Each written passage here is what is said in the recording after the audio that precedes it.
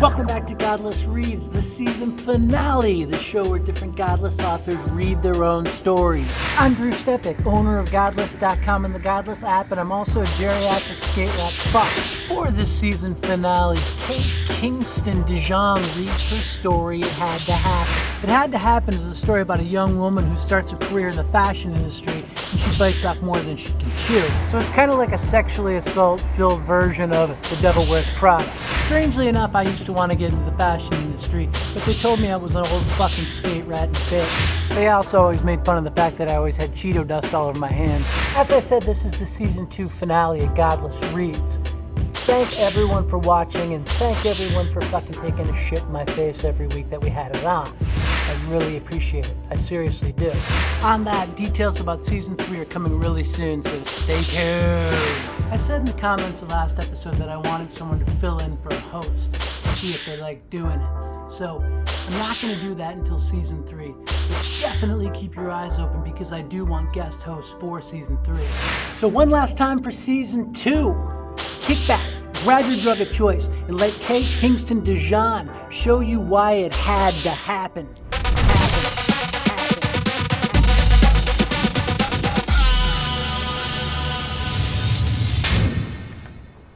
It Had to Happen by Kingston DeJonge. Heading west down Queen Street, Kaitlin O'Connor stopped to admire handcrafted jewelry and pottery in a boutique window, wishing she had just an ounce of that talent. As a fashion designer, she could create visually stunning clothing on paper, but her seamstress skills were a work in progress. She considered herself lucky to have landed the job with Thomas and Julian right out of school. It was almost unheard of for someone her age. Friends had joked that she'd been hired for her looks, but the thought of old men looking at her that way brought back unwanted memories. Reaching the office, she pulled the large glass door open by the live-edge maple board that served as an overly expensive handle. It had been sanded to perfection, of course, but she still worried about slivers. Memories of her mother working at the sole of her foot with a pin as a child still made her queasy. Cool air washed over her as the door swung shut behind her. The building's AC unit had been working overtime since her first day in April. It was October now and probably not needed, but Nancy, the receptionist, would gripe and complain if it was turned off before the first snow came. She was pushing 50 and enjoyed moaning about her hot flashes to anyone who'd listen. Kaitlin hurried past her, hoping that the phone against Nancy's ear would be enough of a deterrent, but she didn't have that kind of luck. Nancy hung up the phone with a clatter and popped her clip-on earring back in place beneath a huge poof of black hair. "Morning, Katie. How was your night?" Nancy could not read body language to save her life. Kaitlin cringed, put a smile on her face, and turned to shine some brightness in Nancy's direction. "It was great. Thanks, Nancy. How was yours?" She held the smile in place while Nancy rattled on about everything she'd done since leaving work the previous day. The phone rang again, and she held up one finger asking Kaitlin to wait, then slipped her earring off to make space for the receiver. "Sorry, Nancy. Gotta go. Have a lovely day." Kaitlin escaped to the elevators with a wave and jabbed the up button desperately. It arrived quickly, saving her from more of Nancy's nonsense. She scolded herself for the thought. Nancy really was a lovely lady. She just had no boundaries, and Kaitlin hated arriving late for work. The doors slid open on her floor, and she held her breath as she stepped across the threshold into the studio. It was still a thrilling sight. Rough-hewn beams stretched across the ceiling, supporting black iron chandeliers that reminded Kaitlin of a castle she'd once visited in the UK.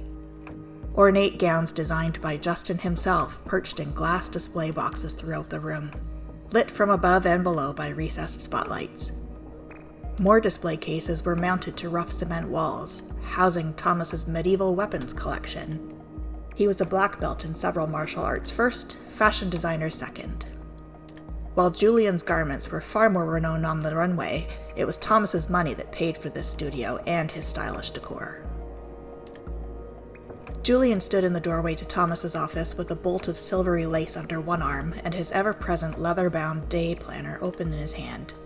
His head turned when he heard Kaitlin emerging from the elevator, and he waved her over. "Just the one I wanted to see." Kaitlin stopped in her tracks. Julian had never spoken directly to her before. She was shocked that he knew who she was.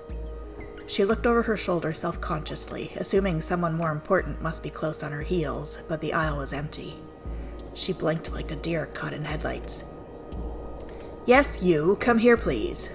Julian sounded impatient. She hurried forward and gulped down the saliva that had suddenly pooled in her throat. "You're the new girl, Ms. O'Connor, correct?" Kaitlin nodded nervously, then shook her head, forcing herself to speak. Yes, sir, Kaitlin O'Connor." She held out her hand to shake his, and he looked at her like she'd sprouted horns. "We've met, Ms. O'Connor. I was simply confirming your name."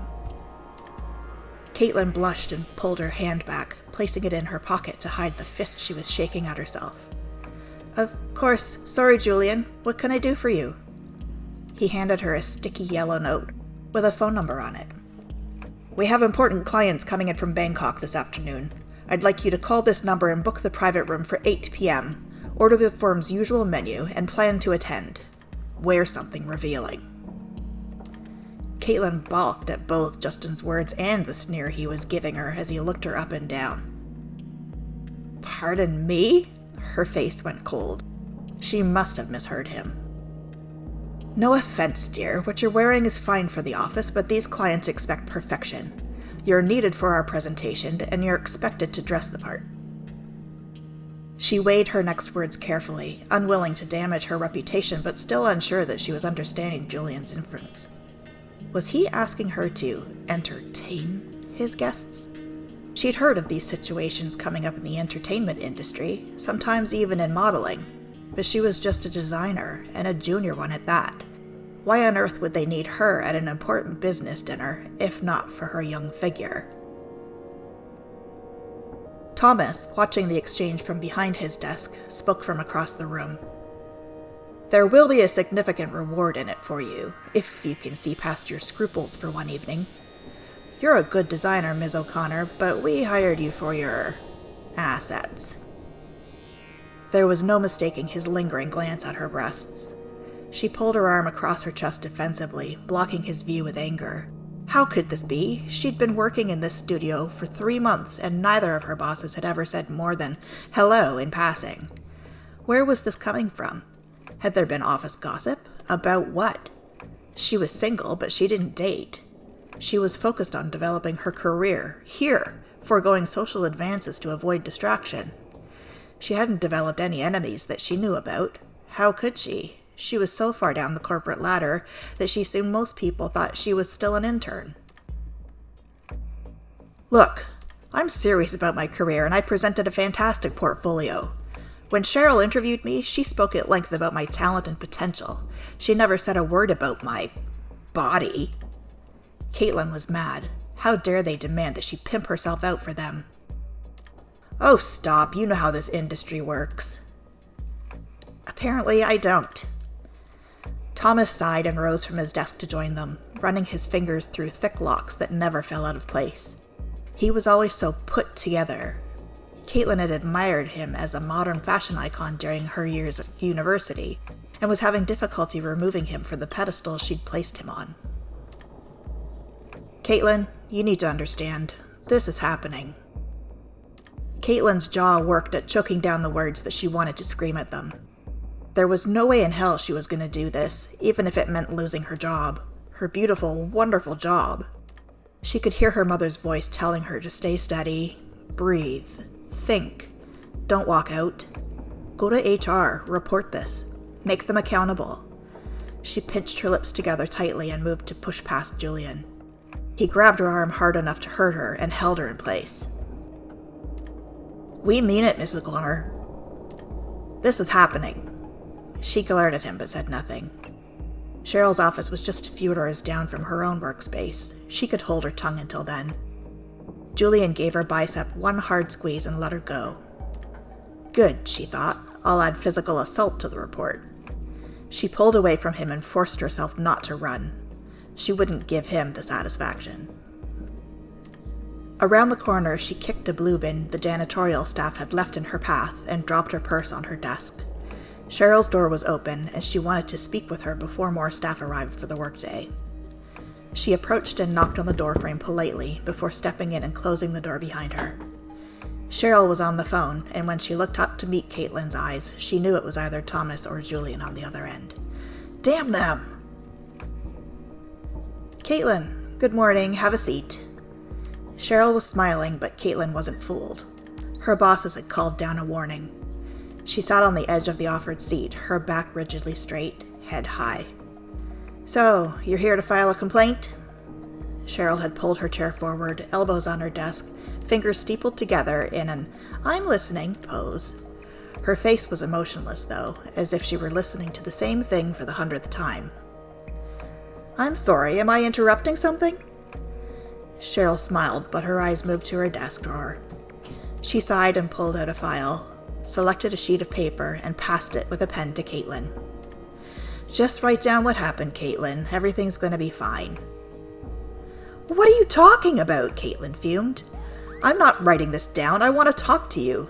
Julian says I was hired for my bra size, not my design skill. He and Thomas want me to have sex with their clients tonight. Cheryl held out a hand. No one said you were expected to have sex with a client tonight. They simply told you to wear your best attire for this important meeting. That's bullshit. Julian told me I'd get a reward for looking past my scruples, and that I'd been hired for my assets while he ogled my chest. It's true that we do pay bonuses for attendance at evening presentations. That's only fair. We're requesting you work extra hours above your salaried schedule. Cheryl spoke carefully. But I can guarantee no one told you that you had to have sex with a client. Kaitlin was floored. How could Cheryl be so blindly obedient to these men? The only thing worse than lechery was a woman who allowed it. She took a deep breath and blew it out slowly between pursed lips. Let me be clear about this. Julian and Thomas just told me that I'm expected to overlook my scruples for the evening, after I asked if they were suggesting that I was expected to entertain their clients. When I said no, they both told me it was going to happen, and then when I tried to leave, Julian grabbed my arm hard enough to bruise me. Look! Kaitlin shrugged out of her jacket and exposed her arm, which was indeed bruising where he'd held her. Cheryl simply shrugged. These are not important details. Are you fucking kidding me right now? Kaitlin stood up and stepped toward the door. If you don't want to take me seriously, I'm sure the police will. She turned the knob and pulled. The police cannot fix this situation. It's too late for that. Kaitlin turned incredulous. Why are you defending them? What is wrong with you? Oh, Kaitlin, you need to understand. This is happening. The door swung open forcefully from the other side, sending Kaitlin off kilter. She stumbled backward into the wall, pinned by the door. Julian stepped in with a syringe. She didn't have enough time to react. The needle pierced her upper thigh, and the lights went out. Ice cubes clicked against glasses in dim light, cigarette smoke creating further haze and distortion. Classical music played softly from speakers buried in the ceiling tiles, and somewhere someone was scraping a knife back and forth over a china plate, creating such a screech that made Kaitlin's teeth clench. She raised a hand to her ear and heard the distinctive clinking of metal bangles slipping against one another as they rolled down her arm. She looked at them slowly, confused. She didn't own bangles of any sort, did she? Soft music began to play louder, and now it wasn't as easy to hear over the clatter of what was going on around her. It sounded like a dozen voices, all male, talking and laughing. Where the hell was she? Beneath the smoke she detected the scent of well-cooked steak, seafood, and the spicy bite of barrel-aged whiskey. She blinked, her eyelids heavy. Had she been drinking? Her stomach was rolling. She must be drunk. I'm so drunk I can't even remember where I am? Kaitlin turned her head to try to gain her bearings and see who she was with. Was it someone's birthday? She didn't usually drink to excess like this. It was hard to see in the darkened room, but she felt that she had never been in this place before. It was a restaurant, she assumed, from the plates of food and drinks spread across the table and the odd music. She'd taken musical history as an elective at university, but did not recognize what she was hearing. It sounded like an artist had taken a classical piece and bastardized it with alternating major and minor chords. The effect was dizzying, like being in a mirror maze at a fun fair. Her head swirled and her chin dipped toward her chest. "Oh, no we don't." Someone was pulling her head back up by the hair. It hurt. "Good news, gentlemen. It looks like your entertainment is finally waking up." A round of cheers and wolf calls vibrated off the walls. The hand released her hair just as Kaitlin's hindbrain registered the voice. Thomas. Memories of what had happened at work flooded her mind and she tried to stand up, but she couldn't move her feet. She almost fell, but Thomas had also risen and was pressing her back into her seat. "I wouldn't do that again. You'll hurt yourself." Caitlin's brows furrowed as she tried to gain enough control over her senses to assess her situation. She tried again to move her feet and felt cold metal biting into her skin. She'd been cuffed to the legs of her chair. Digging her toes into the floor, she tried to push the chair back on two legs, but it quickly became clear that she had been secured above the stretcher and would not be able to simply slide the cuffs off the bottom of the spindles. And then her brain engaged. She was in danger. She began to panic, her breathing coming rapidly as she struggled to free herself. Several of the men around the table laughed. Her head shot up to look at them, but her vision was still sliding around as if she were intoxicated. "Gentlemen, who would like to play first?" Thomas was standing beside her, ready to push her into her seat if she tried to rise again, but now he was holding something in his other hand. Kaitlin caught the glint of something small and shiny, but the object was mostly hidden by Thomas's profile. A short man in a wrinkled business suit rose from his place at the end of the table with his hand raised, and shuffled toward Thomas. He was elderly, stooped, but the look of malintent in his eyes was sharp. He and Thomas bowed to one another, and then the object he'd been holding was looped around Caitlin's throat. It was a long leather strap, like a belt, but with several sharp prongs facing inwards like talons. He pulled it tight and dragged Kaitlin and her chair backwards so the businessman could stand in front of her. She fought the collar with both hands, trying to keep her fingers between it and her skin. Two of the prongs had already pierced her, and she could feel blood trickling down her neck. The old man was grinning. He looked up at Thomas, an unspoken question communicated. "Anything," Thomas nodded. The old man's smile widened, exposing a mouth full of rotten teeth. He raised his right hand and swung, slapping her across the face. Her head shot to the side, and another prong found its purchase in her skin. She screamed. Where was their server? What kind of restaurant was this? The hand slapped her again, harder. Tears sprang to her eyes while the crowd cheered the old man on. She heard a zipper opening close to her face and gagged. This could not be happening. The man took his flaccid penis out of his trousers and wiggled it an inch away from her nose.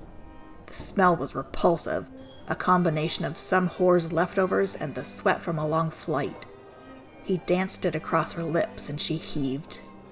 The strap around her neck tightened, pulling her head backwards. More blood ran down her skin. Now, don't be rude. This is Mr. Tan, and he is going to become our top client. Let's show him a good time, shall we? Kaitlin felt vomit rising in her throat. Mr. Tan watched her with glee, enjoying his effect on her. When the bile finally rose to her mouth, he was fully aroused. Her lips parted to eject the vomit, and he pushed his penis into her mouth. The vomit made it so wet, just like his whores. He held onto her head and pushed himself in and out twice before she reached forward and clenched his scrotum in her hand, twisting it as hard as she could. She bit down on his penis at the same time, intent on biting the vile thing right off. Mr. Tan wailed and wobbled back a few steps, gripping himself with both hands. When he straightened to check his hands for blood, he was shaking with laughter.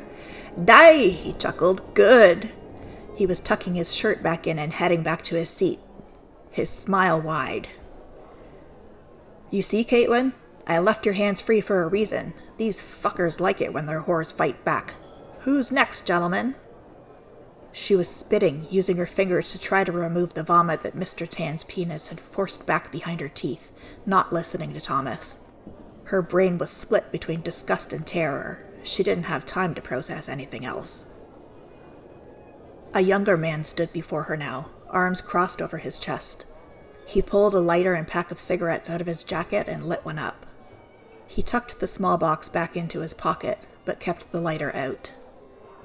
She registered his presence when she smelled the butane. He was playing with it, flicking it on and off. He squatted in front of her, the cigarette hanging loosely from one side of his mouth, his eyes fixed on hers. The lighter was getting closer to the hem of the red pleather skirt she'd been dressed in. He smiled when the material began to blister, but didn't pull back. Kaitlin slapped at his hand, pushing the flame away from her legs while screaming, "No!"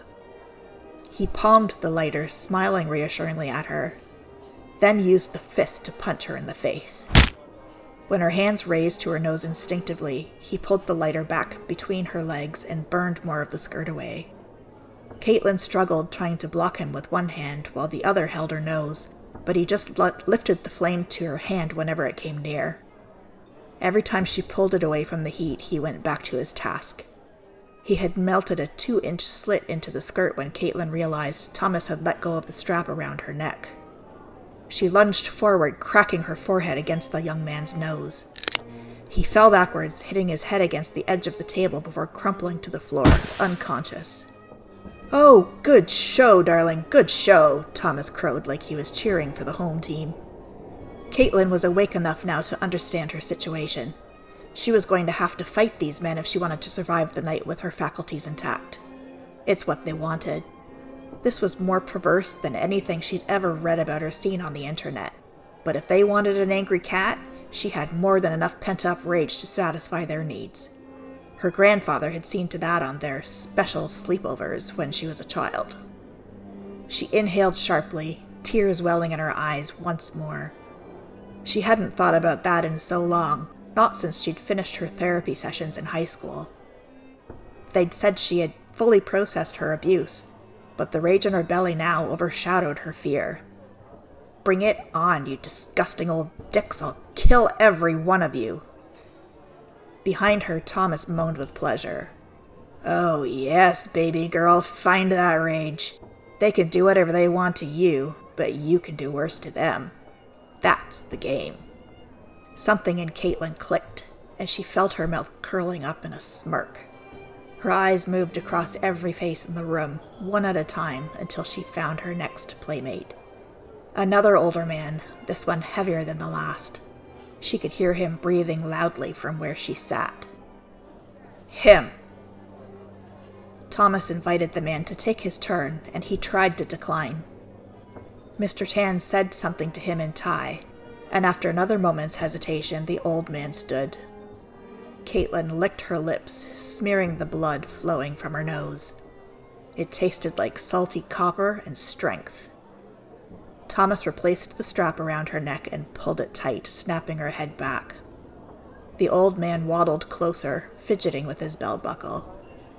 Kaitlin closed her eyes and took a deep breath, fighting the repulsion that was threatening to turn her stomach again. Memories of her grandfather coming toward her exactly this way, shuffling under his own obesity, breathing heavily with anticipation as he removed his pants.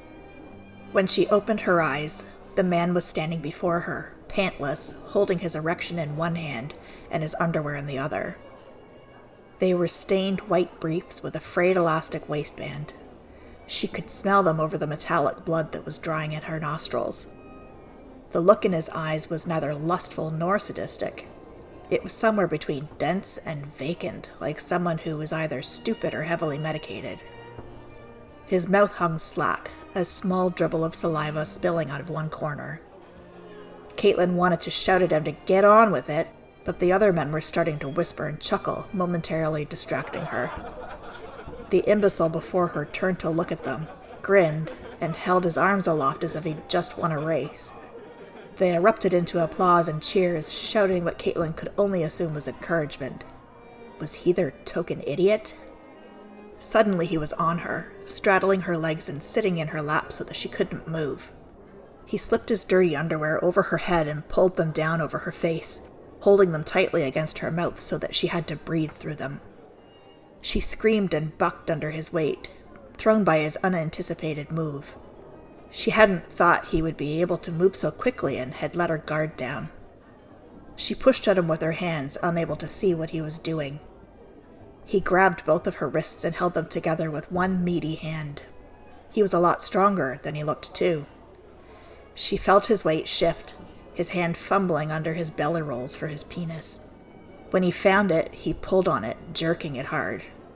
He masturbated furiously while his colleagues cheered him on, easily restraining Kaitlin's small wrists when she struggled under him.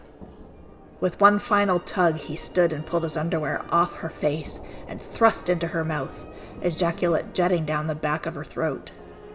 He pulled out just as quickly, having learned from the previous man that Kaitlin's bite was powerful. He jumped back from her and crouched in a martial arts pose, hands up and ready for battle. The crowd laughed hard and clapped, showing their appreciation for his show. Kaitlin was spitting and gasping for breath. Riding high on his orgasm, he picked up his underwear and wiped the corner of Kaitlin's mouth for her. More uproarious laughter sounded behind him. Kaitlin, hands free and sight restored, curled her fingers into a fist and used all of her weight to swing her hand into his face. She hit him hard enough to send him staggering sideways, and for the first time she saw anger in his eyes. Thomas let go of the strap just in time for Kaitlin to duck the returned swing. The old man grabbed a handful of her hair and pulled her head up, intent on landing a punch to save his reputation and assert his dominance. Kaitlin's hand shot between his legs and caught his scrotum. She dug her long nails into his flesh, squeezing and twisting as if she were trying to rip his testicles from his body. He howled in pain and tried to retreat, but she would not let go. "Fuck you!" she screamed, digging her nails in harder. She felt them break the skin and kept going. She did not care if there would be consequences. She was going to neuter the man. He slapped her in the side of the head, but she was fixated on her task. Only one thing mattered at that moment: pulling this man's balls out of his body and grinding them into the floor with her heels. Seeing that his defensive strikes were having no effect on her, he reached between his own legs, grabbed her wrist and pulled hard. He screamed and passed out. He'd been successful, but so had she. He lay on the floor, unconscious, his scrotum torn apart, testicles spilling out of their sack. Kaitlin watched them sliding slowly away from his leg and smiled. The men sitting still around the table began to murmur nervously. "As you can see, gentlemen, we are serious about our offer to provide the best of the best. We work even harder than we play. Ms. O'Connor is one of our newest designers, and she is as skilled in her position with TJs as she is at self-defense?" Thomas pointed casually at the two men lying unconsciously on the floor, smiling at his audience. "Mr. Tan, who would like to play with Miss O'Connor next?" The businessmen looked around at one another nervously. Kaitlin was fading away, her mind retreating to the corner she'd created as a young girl, where she could go to protect herself mentally when she couldn't protect herself physically. That last man, the fat old dimwit who was stronger and smarter than he seemed, had reminded her so much of her grandfather from across the room, right down to the sound of air being exhaled harshly through bushy nostrils. She had wanted to kill him. She had enjoyed ripping his testicles off with her bare fingers. It was during the pause in the game while Thomas addressed the room that her thoughts had time to catch up to the present, and she realized what she'd done. She had no doubt that all of these men had participated in similar games many times, abusing many women, and that they all deserved what they got. What she could not understand was how she'd been capable of such brutality. She didn't even kill spiders, preferring to capture them and set them outside whenever one appeared in her apartment. Somebody snapped their fingers. "Kaitlin, you're safe. Open your eyes." She was stretched out on a leather couch, a soft pink blanket covering her from shoulder to foot. The woman sitting in the chair across from her clicked a button on a small recording device and replaced it on the coffee table before her. "Give it another moment before you sit up. You went deep today." The bookcases lining the walls became more familiar as she looked around the room, settling on the other woman's face. Dr. Willis. "Are you feeling okay? Do you need a glass of water?" Kaitlin pushed herself up and sat with her legs crossed, holding the blanket in place protectively. She shook her head no, the clouds finally beginning to part. "Well, that was intense. You pushed past your fear of defending yourself this time. That was hard work. What are you feeling now?" "That men are disgusting," Kaitlin shuddered. "All men are disgusting?" Kaitlin thought about that. Thomas had drugged and abducted her in today's guided hypnosis, but he'd also given her the opportunity to act out a level of rage she hadn't known she possessed. She felt confused, unsure if that made him a good guy or a bad guy in this story. "Not sure? That's okay. We can continue to explore this during your next session. Until then, focus on the feelings of personal power that you experienced today. Work with those, nurture them. You do have power. He did not take it away permanently. It's like a muscle that we need to work to make it stronger, and now that we've found it, it'll become easier." Kaitlin smiled and stood, noting the time. Her hour was up. "Thank you, Dr. Willis. I'll see you next week." "It's Cheryl. Call me Cheryl," the doctor smiled warmly. Kaitlin opened the door and stepped out into the hallway and fell through the floor. Surrounded by darkness, she fell and fell and fell. When she landed, she heard a crack and felt a brutal pain radiate through her shoulder. Her eyes flew open and she was looking at a pair of black polished shoes. The room was filled with cigarette smoke, and a drunken party was underway. "Come on, Kaitlin," Thomas sounded annoyed. "Where the hell did you go? Get back here and fight." He righted the chair that her ankles were still bound to, pulling her back into place before the man staggering around in front of them. She yelped with pain, her broken collarbone jutting through the skin. Thomas saw it and sighed. He knelt and undid the cuffs, setting her ankles free before reaching into his vest and pulling out a large jackknife. He snapped it open and handed it to her. "Go get him," he nodded toward the current player. "Show him how much you hate him. Make him pay." The player turned to face her and she held her breath. It couldn't be. "Hello, Kaitlin. So nice to see you again. So nice." Her grandfather leered at her, eyeing the melted slit in her skirt lasciviously. "He was dead, long dead." Someone called out to him from across the room. "Hurry up, Carl, I want a turn tonight." She knew that voice, and knew exactly what his breath would smell like when he climbed on top of her. Wet cigarette and beer. Her grandfather's friend Willie. She spun around, taking it all in. The Asian men were all gone, replaced by the members of her grandfather's club. The odd restaurant music had been replaced by the familiar scratching tone of one of his favorite albums playing from the corner bar. They were in Willie's rec room, and as it looked when she was a little girl. She was on one of Grandpa's sleepovers. Several other men sat in the shadows, smoking and drinking while they waited their turns. "You have to do this, Kaitlin. It's the only way. Listen to my voice. This is going to happen." Kaitlin tried to retreat to her mental corner, but Thomas wouldn't let her. "Kaitlin, this is going to happen." "Let's go, Kaitlin." Her grandfather held a hand out toward her. "This is going to happen." "No," she cried, shaking her head, sobbing. This could not be real. "Focus, Kaitlin. Take back your power. This has to happen." "No, I don't want to." She tried to fall to her knees like a rag doll, making herself heavier as her grandfather pulled her forward. "This has to happen, girl. We need you." "Yeah," someone shouted from the corner. "We need you. We really, really need you." Several men laughed. "Kaitlin, focus on my voice. You are safe. You have power. You know this has to happen."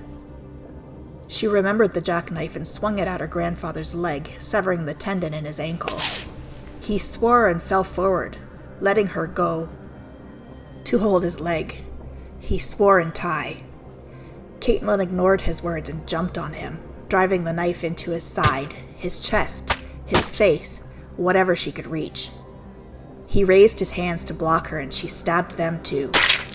She was screaming louder than she ever had, bottled rage snaking up through every pore.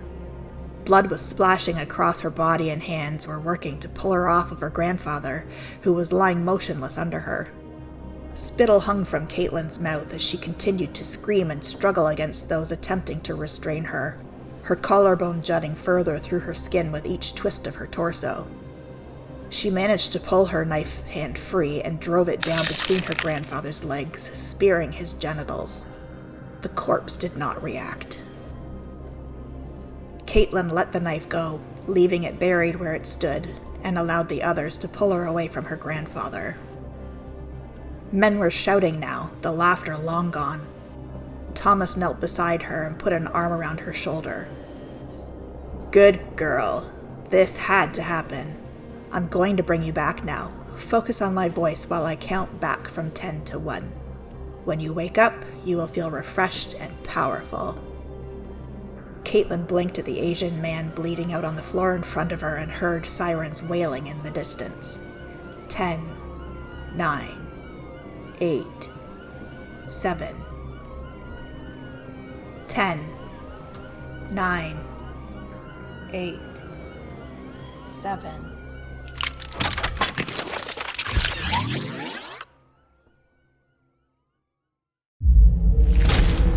Chilling tales for dark nights.